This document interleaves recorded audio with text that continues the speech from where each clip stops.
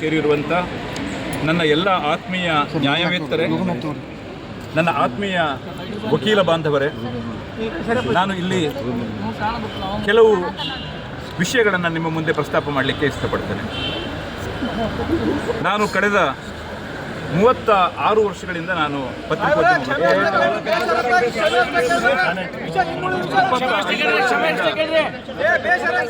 ನಾನು ಬೇರೆ ಬೇರೆ ಸಂಪಾದಕನಾಗಿ ಕೆಲಸ ಮಾಡ್ತೇನೆ.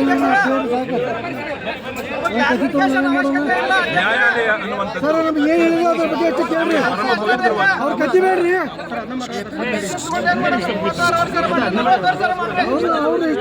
ನ್ಯಾಯಾಂಗ ಅನ್ನುವಂಥದ್ದು ಪ್ರಜಾಪ್ರಭುತ್ವದ ಎರಡನೇ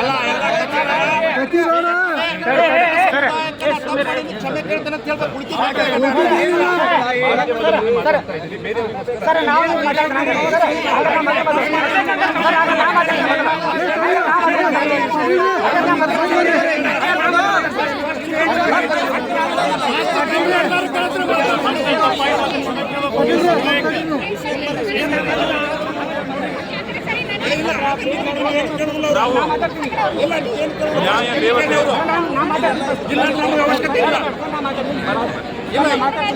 ನಾನು ವಕೀಲ ಸಮುದಾಯ ತಪ್ಪು ಮಾತಾಡಿ ನಂದು ಕ್ಷಮೆ ಕೊಡ್ತೇನೆ. ವಕೀಲ ಸಮುದಾಯ ಕಷ್ಟ ಸಾಕು ನಮ್ದು. ನನ್ನ ಭಾವನೆಯನ್ನು ಮಾತಾಡ್ತಾ ಇದ್ದೀನಿ.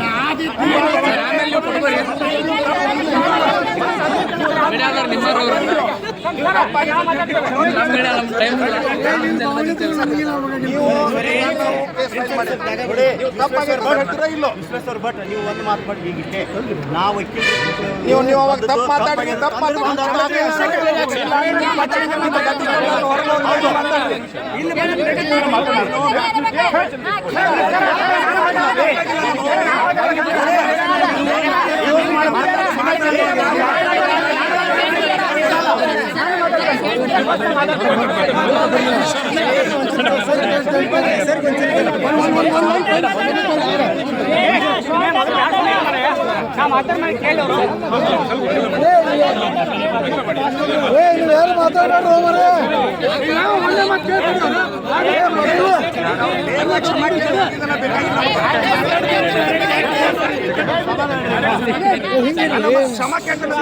ಬಂದೇವೆ ಇಲ್ಲಿ ಇಲ್ಲ ನಮ್ಗೆ ಕೆಲಸ ಇಲ್ಲಿ ಬಂದಿದ್ದು ವಕೀಲರು ಮತ್ತು ಎರಡೂ ಕೂಡ ಅನ್ಯೋನ್ಯವಾದಂಥ ಒಂದು ಕ್ಷೇತ್ರ. ನಾವು ಬಿಟ್ಟು ನೀವಿಲ್ಲ, ನೀವು ಬಿಟ್ಟು ನಾವಿಲ್ಲ. ನನಗೆ ಅದರಲ್ಲೂ ವಿಶೇಷವಾಗಿ ಪತ್ರಕರ್ತರು ಎಲ್ಲರಿಗೂ ಕೂಡ ನಮಗೆ ವಕೀಲರು ಬೇಕೇ ಬೇಕು.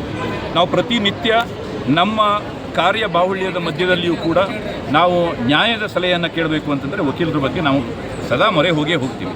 ಹೀಗಾಗಿ ನಮಗೆ ಯಾವುದೇ ರೀತಿಯಲ್ಲೂ ಕೂಡ ತಿಲ ಮಾತ್ರವೂ ಕೂಡ ವಕೀಲರ ಬಗ್ಗೆ ಕೆಟ್ಟ ಭಾವನೆ ಇಲ್ಲವೇ ಇಲ್ಲ. ನಮ್ಮ ಬಗ್ಗೆ ನಾವೇನಾದ್ರು ಇರೋದಿದ್ದರೆ ವಕೀಲರ ಬಗ್ಗೆ ಒಳ್ಳೆಯ ಭಾವನೆ ನಮ್ಮಲ್ಲಿ ಇರುವಂಥದ್ದು.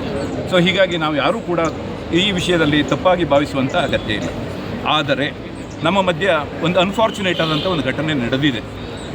ಹಾಗೆ ಮತ್ತು ನಿನ್ನೆ ನಮ್ಮ ವಕೀಲರು ಕೂಡ ಕೋರ್ಟ್ ಹಾಲ್ನಲ್ಲಿ ಮಾತನಾಡಿದ್ದರ ಬಗ್ಗೆಯೂ ಕೂಡ ಅನೇಕ ಜನ ವಕೀಲರು ನನ್ನ ಹತ್ರ ಅವರ ಅಸಮಾಧಾನವನ್ನು, ಬೇಸರವನ್ನು ವ್ಯಕ್ತಪಡಿಸಿದರು. ಹೀಗಾಗಿ ನಾನು ಇಲ್ಲಿ ನಿಮ್ಮ ಮುಂದೆ, ನಮ್ಮ ಎಲ್ಲ ವಕೀಲ ಸ್ನೇಹಿತರ ಮುಂದೆ ಒಂದು ವಿಷಯವನ್ನು ನಾನು ಬಹಳ ವಿನೀತನಾಗಿ ನಿವೇದಿಸಿಕೊಳ್ಳಿಕ್ಕೆ ಇಷ್ಟಪಡ್ತೇನೆ.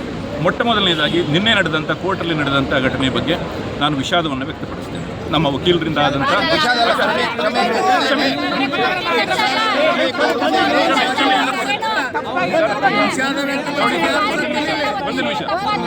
ಒಂದು ನಿಮಿಷ ನಾನು ಇಲ್ಲಿ ನಿಂತ್ಕೊಂಡಿರುವಂಥದ್ದು ನಿಮ್ಮ ಪ್ರೀತಿಯನ್ನು, ನಿಮ್ಮ ವಿಶ್ವಾಸವನ್ನು, ನಂಬಿಕೆಯನ್ನು ಮತ್ತು ಬಹುದಿನದ ಸಾಮರಸ್ಯದ ಸಂಬಂಧವನ್ನು ಇಟ್ಕೊಳ್ಬೇಕು ಅನ್ನುವಂಥ ಕಾರಣದಿಂದ ನಾನು ಬಂದಿದ್ದೇನೆ. ಯಾವುದೇ ರೀತಿಯಾದಂಥ ಕಲ್ಮಶ ನನ್ನಲ್ಲೂ ಇಲ್ಲ, ನಿಮ್ಮ ವೃತ್ತಿಯ ಬಗ್ಗೆಯೂ ಕೂಡ ಇಲ್ಲ. ನಾನು ಒಂದು ರೀತಿ ಗೌರವದಿಂದ ನಿಮ್ಮ ಬಗ್ಗೆ ಮಾತನಾಡ್ತಾ ಇದ್ದೇನೆ. ಸೊ ಹೀಗಾಗಿ ನಿನ್ನೆ ನಡೆದಂಥ ಘಟನೆ ಬಗ್ಗೆ ನಾನು ಕ್ಷಮೆಯನ್ನೇ ಹಾಕಿದ್ದೆ.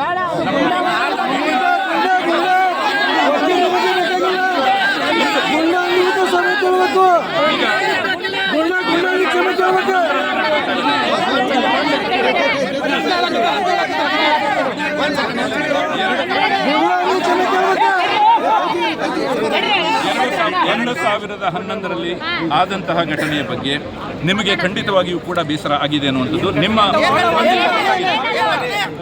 ನಮ್ಮ ಉದ್ದೇಶ ನಿಮ್ಮನ್ನು ಹರ್ಟ್ ಮಾಡಬೇಕು ಅನ್ನುವಂಥದ್ದು ಖಂಡಿತವಾಗಿಯೂ ಇರಲಿಲ್ಲ. ಆದರೆ ಅಚಾತುರ್ಯದಿಂದ ನಿಮಗೆಲ್ಲರಿಗೂ ಕೂಡ ನಾವು ಮಾಡಿದಂಥ ವರದಿಯಿಂದಾಗಿ ಬೇಸರ ಆಗಿದೆ. ಆ ರೀತಿಯಾಗಿ ಬೇಸರ ಆಗಿದ್ದರೆ ಖಂಡಿತವಾಗಿಯೂ ಕೂಡ ನಾನು ನಿಮ್ಮ ಕ್ಷಮೆಯನ್ನು ಯಾಚಿಸ್ತೇನೆ. ನನಗೆ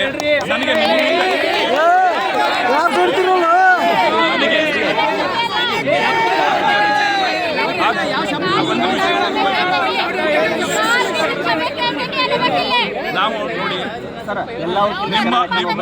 ನಿಮ್ಮ ಗೌರವದ ಬಗ್ಗೆ, ನಿಮ್ಮ ವೃತ್ತಿಯ ಬಗ್ಗೆ, ನಿಮ್ಮ ವೃತ್ತಿ ಗೌರವದ ಬಗ್ಗೆ ನನಗೆ ಅಪಾರವಾದಂಥ ಒಂದು ವಿಶ್ವಾಸ ಇದೆ, ಪ್ರೀತಿ ಇದೆ.